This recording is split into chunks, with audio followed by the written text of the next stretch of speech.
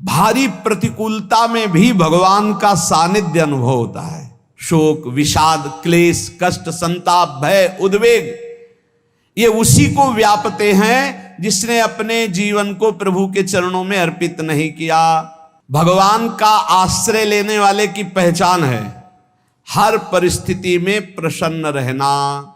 साधना में अवस्था मन की मानी जाती है कि आप कितने अच्छे साधक हैं। बहुत लोग प्रश्न करते रहते हैं कि हम जब भजन में बैठते हैं तो बहुत गंदी बातें आती, मन बड़ा चंचल होता है, भाग जाता है। ऐसा ये व्यर्थ के बकवाद करने वाले लोगों से मत मिलो, व्यर्थ के बकवाद करने वाले लोगों की तरफ मत देखो, ये क्या कह रहे हैं, क्या बोल रहे हैं। और तुम भी व्यर्थ का बकवाद मत करो। अपने समय को कीमती मान करके निरंतर प्रिया प्रीतम का नाम जप करो, उनके गुण लीला गाओ, उनकी सेवा में रहो।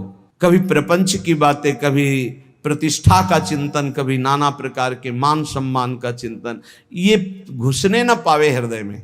बहुत सावधान रहना चाहिए साधक को।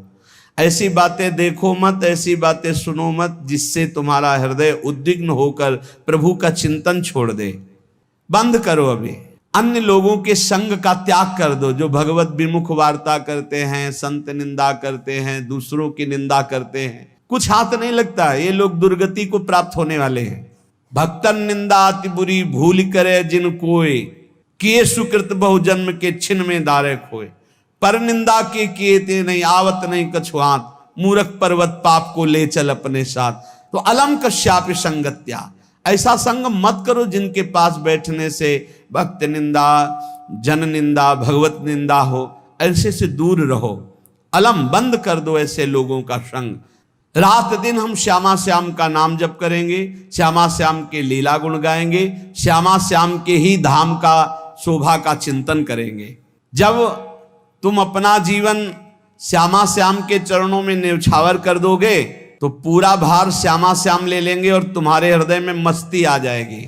जो ऐसा निश्चयी होता है, दृढ़ निश्चयी, उसके अंदर दृढ़ विश्वास, तो उसके हर समय भगवान की स्फूर्ति होती रहती है। भारी प्रतिकूलता में भी भगवान का सानिध्य अनुभव होता है।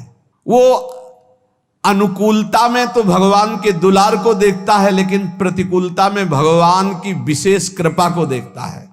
ये संयोग, ये वियोग, संसार की ये द्वंद्वमयी वृत्तियां भक्तों के हृदय में नहीं चुभती। आए की हुज्जत नहीं, गए की तलाश नहीं, क्योंकि नित्य संयोग भगवत स्मृति के प्रभाव से प्रभु का रहता है। शोक, विषाद बहुत ध्यान देने योग्य विषय है। तभी लोगों को ऐसा लगता है कि ऐसा कैसे हो सकता है। भक्त के चरित्रों को जब सुनते तो लगता है ऐसा कैसे हो सकता है, ऐसी परिस्थिति में भी ऐसा कैसे हो सकता है। क्योंकि तुम मानसिक बुद्धि से युक्त हो और वो भागवतिक स्थिति से युक्त है, इसलिए तुम उसको पार पा ही नहीं सकते। जब तुम अपना जीवन श्यामा श्याम के चरणों में समर्पित कर देते हो हृदय से, फिर उनकी कृपा से सब विघ्न दूर हो जाते, एक अपार मस्ती रहती है। नहीं तो शोक, विषाद, दुख, क्लेश, कष्ट, संताप, भय, उद्वेग ये सदैव सताते रहते हैं। इसी से डिप्रेशन होता है। बार बार नकारात्मक चिंतन, शोक, विषाद, दुख, चिंता, क्लेश, संताप, भय, उद्वेग यही पूरे मानसिक स्तर को नष्ट कर देते हैं। उत्साहहीन जीवन हो जाता है। जब तुम श्यामा श्याम को समर्पित हो जाते हो तो ये सब प्रवेश भी नहीं करते, एक अपार मस्ती बनी रहती है। अब क्या होगा? श्यामा श्याम जो करेंगे वही होगा। श्यामा श्याम पता नहीं कैसा करें, नहीं, वो सदैव मंगल भवन है, वो जो करते महामंगल होता है। यह निश्चय उपासक के हृदय में आ जाना चाहिए। इसलिए अपना सारा मन, सारी बुद्धि, सारा जीवन, प्रत्येक श्वास प्रभु को अर्पण कर दो। फिर देखो तुम निहाल हो जाओगे। दुख, शोक, विषाद, क्लेश, कष्ट, संताप, भय, उद्वेग ये उसी को व्यापते हैं जिसने अपने जीवन को प्रभु के चरणों में अर्पित नहीं किया। इसलिए तुम अपना सारा मन, सारी बुद्धि, सारा जीवन, प्रत्येक श्वास केवल प्रभु को अर्पित कर दो, फिर देख लेना। श्वास कैसे अर्पित की जाती? राधा राधा राधा। बुद्धि कैसे अर्पित की जाती? एकमात्र निश्चय कि भगवत सुख ही सुख है, ये जागतिक सुख सुख नहीं, ये दुख है, ये ऐसा दलदल है जिससे आज तक कोई नहीं निकल पाया। सारा मन, हम मन से केवल प्रभु का मनन करें, बार बार मन को संसार से हटा के नाम में, रूप में, लीला में, धाम में लगाएं। बहुत प्रसन्नता हो जाती है उस उपासक के हृदय में जो अपना मन बुद्धि प्रभु के चरणों में अर्पित कर देता है। भगवान ने तो इसको बहुत उत्तम स्थिति बताया है कि मेरे से कभी वो अलग हो ही नहीं सकता यदि मन बुद्धि अर्पित कर दिया। मय्येव मन आधत्स्व मयि बुद्धिम निवेशय, तो निवश्य मय्येव अत ऊर्ध्वं न संशया। बिल्कुल संशय नहीं, वो मेरे में ही निवास करेगा जिसने मन और बुद्धि अपनी मेरे में अर्पित कर दी। बहुत प्रसन्नता रहेगी उस उपासक के जीवन में जो अपने आप को मन बुद्धि सहित प्रभु के चरणों में समर्पित कर दिया है। भगवान का आश्रय लेने वाले की पहचान है हर परिस्थिति में प्रसन्न रहना। देखो आप भगवद आश्रित हो कि नहीं, देखो अनुकूल परिस्थिति में तो सब प्रसन्न रहना, लेकिन प्रतिकूल परिस्थिति में प्रसन्न रहना ये भगवान के भक्तों का लक्षण है। हर परिस्थिति में प्रसन्न रहना ये भगवान के भक्तों का लक्षण है। आनंदगन भगवान का आश्रय मिलते ही आनंद छा जाता है हृदय में। उनके पास आनंद का अभाव होता ही नहीं है। जैसे सूर्य का प्रकाश उदय होते ही सूर्य का प्रकाश संपूर्ण अंधकार को नष्ट कर देता है, ऐसे ही भगवान का संपूर्ण आश्रय लेते ही सब दुख चिंता शोक नष्ट हो जाते, आनंद ही आनंद। तुम भगवान के मंगलमय रूप को नहीं जानते हो, पर उनके मंगलमय भाव को, विधान को मानना शुरू कर दो। जो भी होता है मंगलमय होता है। हमने जीवन में देखा है, अगर इधर कोई बहुत बड़ा सुख दिया तो देर नहीं लगेगी, 24 घंटे नहीं व्यतीत होंगे और ऐसे दुख दे देंगे, जिससे दोनों का समान भाव रख करके ना दुख में तुम भूलो प्रभु को, ना सुख में फूलो, सीधे भगवत मार्ग में चल। पूरे जीवन की बात देखा है। भगवान के मंगल विधान में सदा सर्वदा सुख ही सुख है, इस बात को मान के प्रसन्न हो जाओ। जब भगवान का भजन करने वाले की तन्मयता बढ़ती है भजन में, तो द्वेषी जन अपने आप तैयार हो जाते हैं। भक्त कभी किसी से द्वेष नहीं करता, अपने आप वो द्रोह करने लगते। तो नरसिंह मेहता जी से बहुत गांव के कई लोग थे जो जलते थे, ऐसे जलते थे कि अब क्या करें, कैसे मिटा दे नरसिंह मेहता जी को।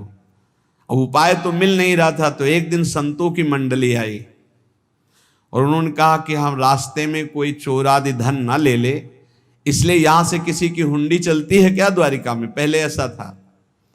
बोले हाँ हमारे यहां बहुत बड़े सेठ हैं नरसिंह मेहता जी, पर आप कहोगे वो मना कर देंगे। कई बार कहोगे, अगर वो स्वीकार कर ले तो वहां। और उनका लक्ष्य था कि नरसिंह मेहता जी की तो खाने की भी सुविधा नहीं थी, हुंडी कहाँ की बात आई। उनका था कि जब वो ना कहेंगे तो संतजन नाराज हो जाएंगे, अगर हाँ कह दिया तो वहां हुंडी चुकेगी नहीं, तो संतजन अपने आप इनको शाप दे देंगे, अपराध बन जाएगा, ये नष्ट हो जाएंगे। संतों को भेजा नरसिंह मेहता जी ने, सबकी दंडवत की, चरण पखाड़े। तो उनका ये इतना रुपया है, द्वारिका में साधु सेवा हम करेंगे, वहां तुम्हारी हुंडी चलती है, तो आप अरे उन्होंने कहा आप कहाँ भूल रहे हो, यहाँ खाने की भी व्यवस्था। बोले हमें सब पहले से बता दिया गया कि आप मना करोगे, बार बार मना मत करो, हमें पता है। तो उन्होंने ठाकुर जी की तरफ देखा, बोले क्या लीला है प्रभु, संतों से हम क्या कहें, ये ले रुपये। उस समय स्वर्ण की मोहरें चलती थी, बेच के बाजार से खूब उन संतों को पवाया, उन्हीं संतों की सेवा की। और उनका अपने सेठ का नाम तो बताओ जहां हमें जाके हुंडी मिलेगी। सेठ सावल सा सेठ। संत जन गए वहां, पूछा कि नरसिंह मेहता जी का जिन सेठ से परिचय, उनका नाम सावल सा सेठ, उनकी गद्दी कहाँ है? तो जो कुछ भक्त थे वो द्वारिकाधीश की तरफ संकेत करते कि वही हैं। बोले नहीं वो सेठ है, उनकी गद्दी चलती थी। पूरी बाजार में कहीं कोई। अब संत जन एकांत में होकर के बहुत विचलित हुए, क्या हमारे साथ धोखा हुआ? नरसिंह मेहता जैसा संत क्या धोखेबाज हो सकता है? देखो, संशय तो बहुत विचित्र होता है, बड़े बड़ों को संशय हो जाता है। जब भगवती सती जी को संशय हो गया, राम जी को, हे खग हे मृग हे मधुकर श्रेणी, ऐसा पूछते हुए कि सच्चिदानंद कैसे हो सकते, तो किसी को हो सकता है, क्योंकि वो बुद्धि की अधिष्ठात्री देवी है। जो ही उनके मन में ऐसा आया कि क्या हमारे साथ धोखा हो रहा है, इतने में ही देखा जय हो सावल शाह सेठ की। वो कहा सावल शाह सेठ, तो देखा बढ़िया मुनीम जी उनके साथ, तो सेठ बस्ता लिए हुए मुनीम जी, सरकार इधर से चलो। तो उनका सावल शाह सेठ आपका नाम है? संतों ने कहा। बोले हाँ। बोले नरसिंह जी? हाँ। बोले आपकी हुंडी आ गई है। हुंडी एक कागज में लिखा कि ये हमारे सेठ जी को दे देना। वैसे लोग मुझे माखन चोर कहते, कोई कुछ कहता, लेकिन आपने सेठ बना दिया। जब आपने सेठ बना ही दिया तो आप कभी परवाह मत करना तुम, और ये सेवक आपकी सेवा में सदैव तत्पर है। भगवान ने ऐसा लिखा। जो भगवद आश्रित है, एक बार ये चलता रहता है, जो संत जन होते हैं उनके विरोधी अपने आप बन जाते हैं, किसी से कोई मतलब नहीं, अपने आप विरोधी बन जाते हैं। कबीरदास जी का पूरी काशी में यश था। भजन करने वाले महापुरुषों का यश बढ़ता है जब, तो जो भजनहीन होते हैं उनके हृदय में जलन पैदा हो जाती है और वो उनको विविध प्रकार से फंसाना चाहते हैं, उनको कष्ट देना चाहते हैं। तो कबीरदास जी के यश को धूमिल करने के लिए कुछ ब्राह्मणों ने एक रचना रची, मुड़ मुड़ा के कबीरदास जी के शिष्य बन करके पूरी काशी के सब आश्रमों में निमंत्रण दे आए। कल भंडारा है, संत सेवा है, सबने स्वीकार किया। कबीरदास जी अपनी दिनचर्या करके निकले तो संत मंडली आने लगी। बोले कै बजे सेवा है? साधु सेवा। बोले कौन सी साधु सेवा? बोले कल आपके शिष्यजन निमंत्रण दे के आए, पूरी काशी के सब संत आ रहे हैं। कबीरदास जी ने कहा यहाँ तो एक की भी व्यवस्था नहीं, पूरी काशी के संत आ रहे। अच्छा, समझ में आ रहा है, लीला बिहारी तुम लीला करना चाहते हो। गए अपना निकल गए गंगा किनारे, एक झाऊ के नीचे बैठकर अपना भजन ध्यान में मगन है। 11-12 बजे तो उन्होंने देखा संतों की मंडली, अब काशी तो बहुत। कबीरदास जी ने देखा कि आश्रम की, तो बोले पता नहीं क्या होगा, चलो चलते हैं। तो ऐसे गमछा वस्त्र करके ऐसे डालकर मुंह ढक करके, वहां बड़ी बड़ी पंगत लगी थी। कबीरदास जी सबको पाओ जी पाओ। कबीरदास जी के रूप में स्वयं भगवान, पाओ जी। कबीरदास जी ने कहा अच्छा, जब स्वामी परस रहे तो हम भी बैठ के पा ले। तो जब उसी पंगत में बैठ गए अपना कपड़ा ढक करके, और जब मोहरे की दक्षिणा दे रहे थे सब लोग कि वाह कबीरदास जी ने आज तो साधु से, सबको जब कबीरदास जी के सामने आए तो ऐसे मुंह ढके। बोले देखो, जो मेरा होता है उसे मुंह छुपाना नहीं पड़ता, मुंह ढकला नहीं पड़ता। लो दक्षिणा, तुम भी दक्षिणा लो। कबीरदास जी को कबीरदास जी दक्षिणा दे रहे, और वो कबीरदास जी है भगवान, और ये पाले वाले कबीरदास जी है भगवान के जन। कभी भगवान अपने, अरे जमाने जोर लगा ले, कितना जोर लगाएगा, भक्त और भगवान का झंडा कभी न झुकने पाएगा। बिल्कुल चिंता, शोक, भय, उद्वेग रहित जीवन भगवद आश्रित। तुम भगवान के मंगल विधान में सदा सर्वदा प्रसन्न रहो। अब ये विचार कर लो कि भगवान जो करेंगे तुम्हारा मंगल करेंगे। अब थोड़ा ऐसा बीच में लगता है कि अमंगल हो रहा है क्या, लेकिन पक्का समझो बहुत बड़ा मंगल उनका विधान होता है, बहुत ही उत्तम मंगल होता है भगवान के शरणागत का। भगवान हमारे विचारों वाले नहीं हैं, हमारे विचार प्राकृतिक है, भगवान के विचार चिदानंदमय हैं। वो अपने विचार से हमारा मंगल करते हो, हम अपने विचार से मंगल चाहते हैं। भगवान के विचार से मंगल ही हमारा होगा, इसलिए कभी हमको चिंता, शोक, भय नहीं करना चाहिए। भगवान की ओर से कभी तुम्हारे लिए ऐसा विधान नहीं होगा कि तुम दुखी हो जाओ, बस तुम्हारी सोच हो सकती है, उसका परिणाम बहुत मंगल होगा। जगत की ओर से निराश हो जाओ, किसी से आशा मत रखो, फिर आप देखो आपका जीवन कैसा आनंदमय व्यतीत होता है। ये जो जगत की आशा है यही दुख प्रदान करती, सच्ची जगत की आशा ही दुख प्रदान करती है। अगर जगत से कोई संबंध न रखा जाए और भगवत भाव में रहकर तो बहुत अच्छा जीवन चलेगा। अपने कर्तव्य का पालन करो, परिवार को भगवत स्वरूप मानकर पोषण करो, किसी से कोई संबंध मत रखो, कोई आशा मत रखो। यही अध्यात्म सिखाता है। अपने आप भगवत स्वरूप, सबका व्यवहार मंगलमय और आपका जीवन मंगलमय। अपने घर में ऐसे रहो जैसे किसी अतिथि के घर में रह जाता है। चलना है, यहां से जाना है। कौन रहता है अपने घर में अतिथि की भांति? भगवान का भक्त। जाना है यहां से, अपनी प्रिया प्रीतम के पास जाना। ये हमारा घर नहीं है, यहां तो हम समय व्यतीत कर रहे हैं, अपनी आयु व्यतीत कर रहे हैं भगवत आराधना करते हुए। हमें जाना है प्रिया प्रीतम के पास। वास्तविक घर भगवान का धाम है हमारा। वास्तविक घर वाले प्रभु हैं हमारे, जो नित्य सच्चिदानंद भगवान के चरणों में अपने चित्त को समर्पित करता रहता है। उसको यह अनुभव होने लगता है कि बड़ी कृपा है हमारे ऊपर भगवान की, बड़ी कृपा है हमारे ऊपर। सर्वसमर्थ परम सुहृद भगवान ऐसे भक्त के ऊपर हर समय वरद हस्त रखे रहते हैं। ये केवल प्रवचन नहीं, सच्ची बात मानिए। ऐसे भगवान का वरद हस्त हर समय रहता है। जब भगवान की छत्र छाया में भक्त अपने को देखता है तो आसपास घोर विपत्तियों का भी समुदाय हो तो भी वो आनंद में मगन रहता है। हर हालत में आनंदित रहना ये भक्त का स्वभाव है।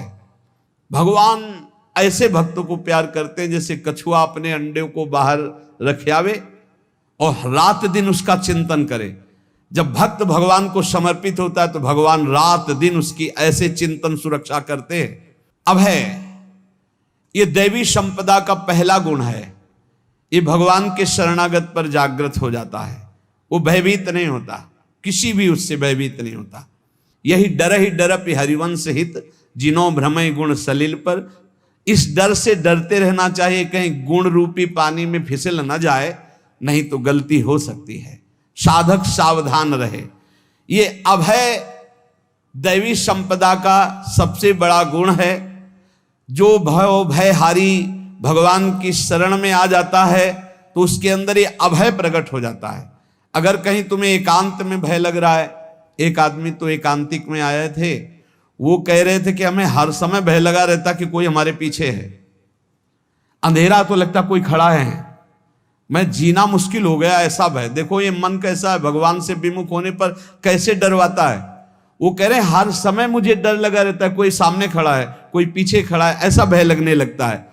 और जब भगवान की शरण में आ जाते हैं तो ये अभय स्थिति हृदय में जागृत हो जाती है। कोई भी भय आसपास आ ही नहीं सकता। यहां तक कि नरक का भी भय खत्म हो जाता है जो भगवान की शरण में है। महापापी भी पुण्यात्मा महान भक्तों के समान वो उत्तम गति को प्राप्त हो जाता है जो भगवान की शरण में हो जाता है। पर ये जो भोगों का आश्रय लिए हुए हैं, मनमानी आचरण कर रहे हैं, ये कभी उस अभय को जान ही नहीं सकते कोई अभय पद है क्या। इनको तो कदम कदम पर शोक, भय और दुख की प्राप्ति होगी। कोई बचा नहीं सकता जो भोगों में लगे हैं, मनमानी आचरण कर रहे हैं। अगर निर्भय होना चाहते हो, परम सुखी होना चाहते हो तो भगवान के शरणागत हो जाओ। सारे जगत को अभय दान देने वाले भगवान हैं। भगवान का एक प्रण है, ममपन शरणागत भयहारी। जो मेरी शरण में आ गया उसके भय का मैं नाश कर देता हूं। साधना में अवस्था मन की मानी जाती है कि आप कितने अच्छे साधक हैं। यदि आपका मन भगवदाकार है, हर समय भगवत चिंतन चल रहा है, आपके स्वप्न भागवतिक आ रहे हैं, आपके विचार भागवतिक हैं, तो आपकी अच्छी साधना हो रही।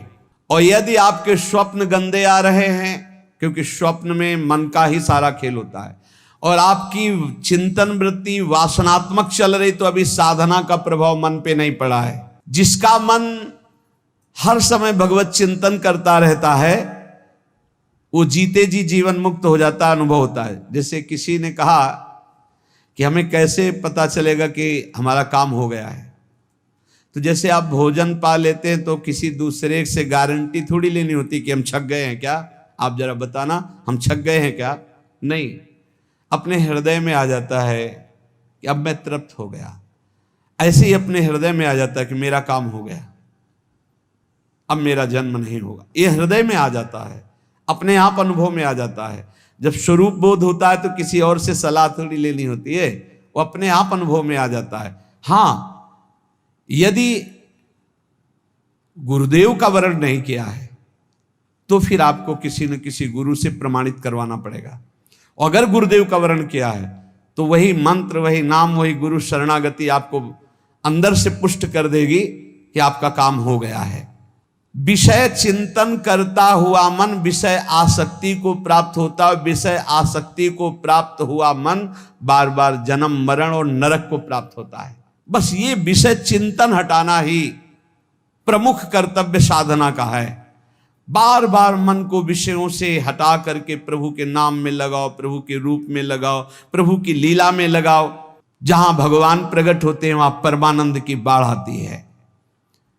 पर ये ध्यान रखें, गुलाब का फूल कांटों में खिलता है, उसकी सुगंध लेनी, फूल लेना है तो कांटों से बचाकर। ऐसे ही जब आप भगवत चिंतन के लिए चलेंगे तो आपका चिंतन चुराने के लिए माया विविध नाटक करेगी, कांटे फैलाएगी। कोई तुम्हारी निंदा करेगा, कोई अपमान करेगा, कोई उपहास करेगा, तुम्हारी अव्यवस्था हो सकती है, तुम्हारी परिस्थिति बहुत भयावह हो सकती है। इन परिस्थितियों में भी भगवत चिंतन का तार ना टूटने पावे तो आगे गुलाब का फूल है। जैसे कांटे से बचाकर गुलाब का फूल लेते हैं और भगवत अर्पित करके सौरभ का सुख लेते हैं, ऐसे ही भगवान के प्रेमानंद का अनुभव करने के लिए संसार के कांटों से बचना होगा। और खिलेगा यही फूल संसार में ही, मनुष्य देह में, और योनियों में नहीं। भगवत प्राप्ति स्वर्ग में नहीं होगी, इसी मृत्यु लोक में होगी। पहले मन नहीं लगता भगवत चिंतन में। भगवत चिंतन जबरदस्ती करना पड़ता है। भगवत चिंतन जे ही प्रारंभ करोगे ते ही बहुत बाढ़ आ जाएगी पाप चिंतन की। ध्यान दीजिए, बहुत लोग प्रश्न करते रहते हैं कि हम जब भजन में बैठते हैं तो बहुत गंदी बातें आती, मन बड़ा चंचल होता है, भाग जाता है। ऐसा प्रारंभ में जब कोई भगवत चिंतन प्रारंभ करता है तो उसका मन विषयों में भागता है, गंदी बातों में भागता है। अब लोग कहते पहले तो हमारा चिंतन बढ़िया होता था, अब चिंतन नहीं होता। तो कोई सिद्ध पुरुष थोड़ी हो गए, तुम्हें जबरदस्ती चिंतन करना होगा। जगत के प्राणी में जहां मन जाए तो इसमें भी भगवान, पदार्थ में मन जाए तो उसमें भी भगवान। जहां जहां मन जाए वहां वहां भगवान देखो, या मन को हटाकर नाम मंत्र में लगाओ। ऐसे भगवत स्मृति जागृत की जाती है। बार बार प्रयास करना होता है। कई लोग ये प्रश्न करते हैं कि हमसे बड़े पाप हो गए तो क्या हमें भगवान की प्राप्ति हो जाएगी? तो यहां कह रहे हैं भगवान किसी के पूर्व जीवन को नहीं देखते हैं, वर्तमान के भजन को देखते हैं। पकड़ो इस बात को। अगर वर्तमान में आज आप सुधर गए हो, नाम जप कर रहे हो तो आप भक्त हो। ये गीता जी में भगवान ने कहा, अपिचेत सुदुराचारो भजते माम अनन्य भाग साधुरेव समन्तव्या सम्यक व्यवसिता। ऐसा बहुत दुराचारी पहले रहा है, बाद में उसके मन में आ गया कि भगवान के सिवा हमारा कोई कल्याण करने वाला नहीं, हमारा कोई नहीं। तो भगवान कहते हैं मैं उसे साधु ही मानता हूं, उसे साधु बना देता हूं। भगवान किसी के पूर्व जीवन को नहीं देखते। बहुत बढ़िया बात है। कल तक हम क्या करते रहे भगवान नहीं देखते, आज क्या कर रहे हो ये देखते हैं। यदि आज आप भजन में लग गए हो, अच्छे आचरण कर रहे हो तो आपको भगवत प्राप्ति हो जाएगी। भगवान ये नहीं देखते कि पूर्व में पुण्यात्मा रहा है कि पापात्मा रहा है। भगवान वर्तमान में देखते कि मेरा भजन कर रहा है, बस इसी से कल्याण कर देते हैं। पकड़ो इस बात को, तो कभी प्रश्न नहीं उठेगा कि क्या हमको भी भगवत प्राप्ति हो सकती है क्या। हमारा मन यदि श्री भगवान को चाहने लगे तो श्री भगवान हमारे मन में ही आकर बस जाएंगे। भगवान की रूप माधुरी में मन डूबने लगेगा। यथार्थ सत्य, जो भगवान से थोड़ा भी प्यार करने लगे हैं उनके हृदय में भगवान की उनकी भावना के अनुसार झलक आने लगी है। हृदय में प्रभु के आते ही अनंत जन्मों के संस्कारों का नाश हो जाता है। इसलिए तुम अपने पहले वाले घृणित जीवन को याद भी मत करो और उसको सोचकर जरा निराश भी मत हो। अमावस्या में घोर अंधकार रहता है पर प्रातः काल में अंधकार नष्ट हो जाता है। ऐसे ही नाम का उच्चारण करते ही तुम्हारे जितने पाप अंधकार हो सब नष्ट हो जाएंगे। तुम चाहो कि एक क्षण भी प्रभु को ना भूलो। अब वर्तमान में ऐसी स्थिति बनाओ। जो प्रभु को नहीं भूलने की चाह करता है कि मुझे ऐसी स्थिति प्राप्त हो कि मैं कभी प्रभु को ना भूलूं, तो सच्ची मानो और कोई बात भगवान सुने ना सुने, ये बात जल्दी सुन लेते हैं। भजन की मांग करो तो बहुत जल्दी भगवान पूर्ण करते हो। भजन जिसका चलने लगा तो फिर लोकांतर के सारी रिद्धियां सिद्धियां सुख वैभव तो उसके चरणों में लौटते हैं। जब हम प्रभु से प्रभु का स्मरण न मांगकर भोग मांगते हैं तभी हमारा भजन रुक जाता है, भजन नहीं चल पाता। यदि हम प्रभु से केवल भजन मांगे तो विश्वास करो ब्याज में सब हो जाएगा। मूल भजन तो आपका बचेगा ही, ब्याज में लोकांतर के भोग आपके चरणों में लुटते घूमेंगे। आप भजन करके तो देखो, अरे घिघियाने की जरूरत नहीं, किसी से मांगने की जरूरत नहीं, भजन करके देखो सब ठीक हो जाएगा, सब अपने आप बन जाएगा।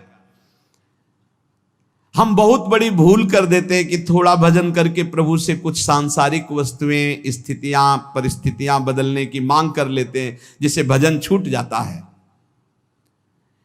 प्रभु की स्मृति इतनी महान है कि जिन्होंने बैर भाव से प्रभु का स्मरण किया उनको भगवान की प्राप्ति हो गई।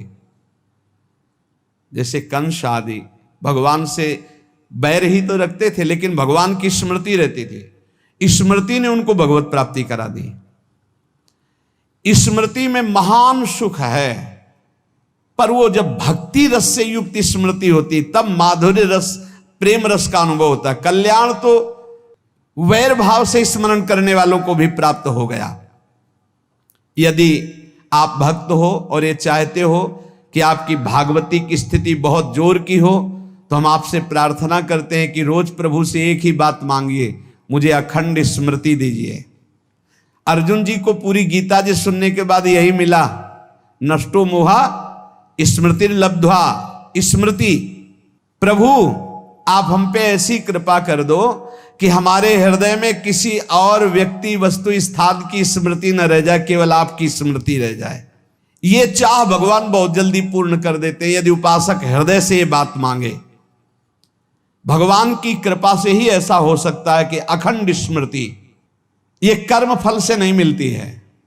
प्रभु के प्रति निर्भर होकर जो दैन्यता पूर्वक प्रभु से मांगता है और हर समय अभ्यास करता रहता है भगवत स्मरण का, उसको ये स्मृति मिलती है। और स्मृति मिल गई तो इससे बड़ी कोई स्थिति नहीं। हर समय भगवान का स्मरण, प्रभु से मन प्रतिपल नया नया स्वाद लेकर के आसक्त होता रहता है, नवम नवम। प्रभु कभी बासी नहीं होते। जैसे किसी व्यक्ति को देखो तो देखते देखते मन हट जाएगा कि देख लिया, बहुत सुंदर है, ठीक है, लेकिन वो एक दिन मन हट जाएगा। और प्रभु की सुंदरता नवम नवम है, प्रभु के नाम का स्वाद नवम नवम है, प्रभु की लीला का स्वाद नवम नवम है, प्रभु के धाम की शोभा नवम नवम है। जैसे आचार्य महाप्रभु हरिवंश चंद्र जी कहते हैं, नयो नेह नवरंग नयो रस नवल श्याम वृषभानु किशोरी नव पीतांबर नवल चूनरी नई नई बूंदत भींजत गोरी नव वृंदावन हरित मनोहर नव चातक बोलत मोर मोरी नव मुरली जो मल्हार नई गति। सब कुछ नया। तो नवम नवम प्रभु प्रतिपल नवम नवम प्रभु का रूप, प्रियाजू का नवम नवम, अबहीं और अबहीं और अबहीं और है। तो कहते हैं जब मन निरंतर स्मृति में डूबता है तो जब प्रभु की रूप माधुरी प्रकाशित होती तो ऐसी नवम नवम कि कभी ये नहीं होता कि रूप बासी हो गया। ये वही रूप है जो हमने अभी देखा था, नवम नवम। इसलिए आनंद की उफान आती रहती है उपासक के हृदय में। ऐसी प्रियता, ऐसा आनंद बिना भजन के नहीं अनुभव में आएगा। इसलिए तुम विश्वास करो, तुम्हें बहुत सुंदर सुख मिलने वाला है, आगे अपार सुख मिलने वाला है। ये थोड़ा दुख का समय काट लो, जब तक जीवन है ये दुख सुख की लहर आती रहेगी, आप इसको सह जाओ, आगे बहुत आनंद है। विश्वास मान लीजिए, बहुत आनंद है। जो ये विश्वास कर लेता है वो प्रभु के मार्ग में चलकर प्रभु को प्राप्त कर लेता है। नहीं तो इतने रोड़े हैं कि आप ऊब जाओगे, बहुत रोड़े हैं। जो प्रभु के मार्ग में चलता है तो माया के बहुत से पार्षद अपना प्रभुत्व दिखाने उनके पास आते हैं, महिमा अपनी दिखाने, पर वो किसी वस्तु, स्थिति, अवस्था, प्राणी, पदार्थ का प्रभाव स्वीकार ही नहीं करता, क्योंकि भगवत स्मृति परायण है, भगवान की कृपा पर विश्वास है, इसलिए उसको कोई फंसा नहीं पाता। वो नित्य निरंतर प्रभु से घुला मिला रहने के कारण उसकी मस्ती में कोई फर्क नहीं पड़ता। माया का प्रभुत्व रखने वाले उसे फंसाने की चेष्टा करते हैं, पर उस पर किसी का असर नहीं होता। वो कहीं लिप्त नहीं होता, वो कहीं दुखी सुखी नहीं होता, वो हर समय प्रसन्न रहता है। तुम देखो, हर समय प्रसन्न रहते हो? यदि नहीं तो तुम किसी व्यक्ति वस्तु का आश्रय लिए हुए प्रभु का नहीं। अगर हां तो हर समय प्रभु का स्मरण चलना चाहिए, हर समय प्रभु के आश्रित हो, फिर देखना ये आनंद, ये प्रसन्नता क्या रूप रखती है। बड़े बड़े मस्त संतों को देखा, मस्त एकदम ऐसे उन्माद में मस्त। हे, उस सुख के लिए ललचाओ, कब तक जन्मते मरते रहोगे, कब तक बार बार दुख भोगते रहोगे, कब? बड़ा प्रपंच है ये। भगवान का स्मरण परम पुण्यात्मा पुरुष का हृदय माना जाता है। बहुत पवित्र हृदय, बड़ा पुण्यात्मा हृदय, जिसमें भगवान का स्मरण। भगवान का विस्मरण पापात्मा पुरुष, भयानक विपत्ति, दुर्भाग्य। अतएव सुदृढ़ निश्चय करो, अब हम भगवान के स्मरण में अपना समय व्यतीत करेंगे। मेहनत करो, कार्य करने के लिए कोई मना नहीं। आप नौकरी करो, किसानी करो, व्यापार करो, पर अंदर अंदर भगवत स्मृति ही सबसे बड़ी स्थिति है। अब चाहे हम जीवित रहें, चाहे हमारे मरण जैसी विपत्ति आ जाए, चाहे सब हमसे हट जाए, चाहे सब हमको नमन करें, अब हम दृढ़ निश्चय करके केवल भगवान के स्मरण करते हुए इस संसार के बीच समय व्यतीत करेंगे। अब हम चूकने वाले नहीं, ये नियम लीजिए। चाहे जीवन रहे या ना रहे, चाहे मरण जैसा कष्ट आ जाए, चाहे सब वियोग हो जाए, सब चले जाए, चाहे सब संयोग हो जाए, सब नमन करें, अब हम प्रभु का स्मरण नहीं छोड़ेंगे।